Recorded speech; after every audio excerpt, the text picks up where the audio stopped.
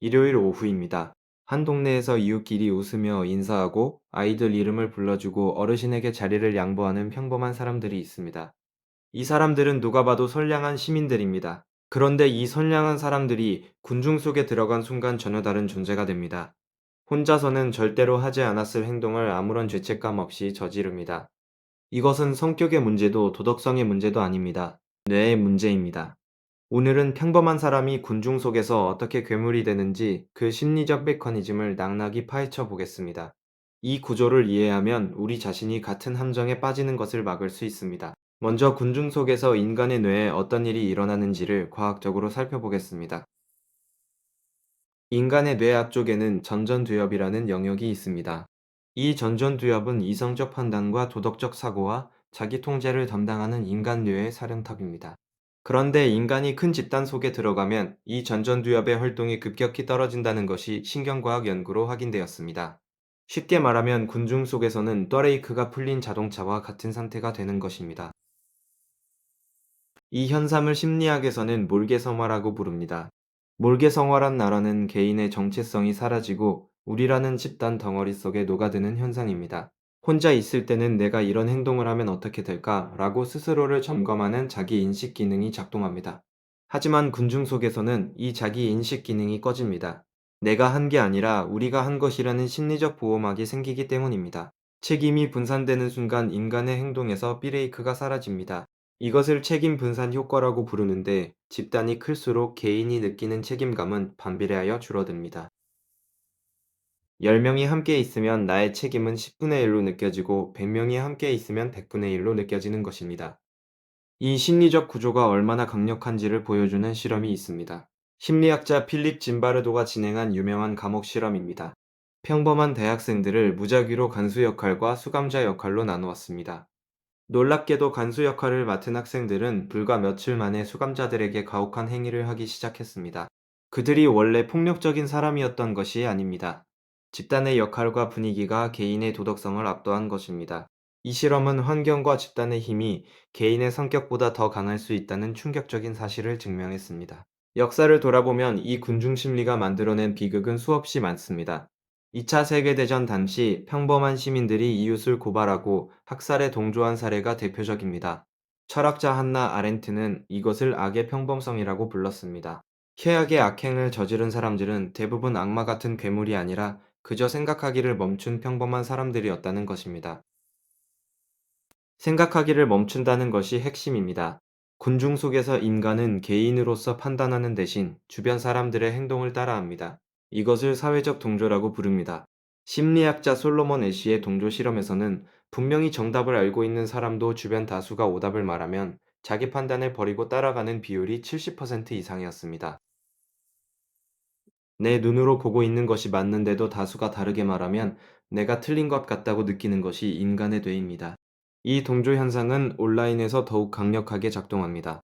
댓글창에서 한 방향으로 여론이 형성되면 다른 의견을 가진 사람도 침묵하거나 다수의 의견에 동조하게 됩니다. 좋아요 수와 공감 비율이 높은 의견은 더 옳은 것처럼 보이고 소수의 반대 의견은 틀린 것처럼 보이게 만드는 구조입니다. 이것이 온라인 공간에서 여론이 극단적으로 쏠리는 이유입니다. 군 중심리의 또 다른 무서운 측면은 감정의 전염입니다. 인간의 뇌에는 거울 뉴런이라는 신경세포가 있어서 주변 사람의 감정을 무의식적으로 따라 느끼게 됩니다. 한 사람이 분노하면 옆 사람도 분노하고 그 분노가 군중 전체로 퍼지는 데는 불과 몇 분밖에 걸리지 않습니다. 축구장에서 한 관중이 소리를 지르면 수만 명이 따라 지르는 것도 이 감정 전염의 결과입니다. 문제는 이 감정 전염이 긍정적인 방향보다 부정적인 방향으로 훨씬 빠르고 강하게 작동한다는 것입니다. 인간의 뇌가 생존을 위해 위험 신호에 더 민감하게 반응하도록 설계되었기 때문입니다. 그래서 군중이 공포에 빠지면 그 공포는 순식간에 걷잡을 수 없이 퍼집니다. 군중 속에서 발생하는 압사 사고의 원인도 이 집단 공포와 깊이 연결되어 있습니다.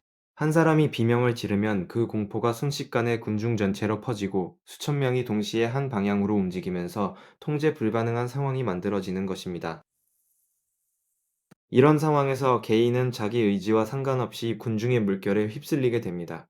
이때 중요한 것은 군중의 움직임과 반대 방향으로 빠져나가는 것인데 공포에 빠진 상태에서는 이 판단조차 어려워집니다. 방관자 효과라는 것도 군중 심리의 어두운 측면입니다. 길에서 누군가가 쓰러져 있을 때 주변에 사람이 많을수록 오히려 아무도 돕지 않는 현상을 뜻합니다.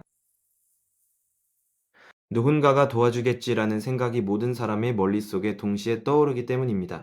실험에 따르면 혼자 있을 때 도움을 주는 비율은 80%가 넘지만 5명 이상이 함께 있을 때는 이 비율이 30% 아래로 떨어집니다.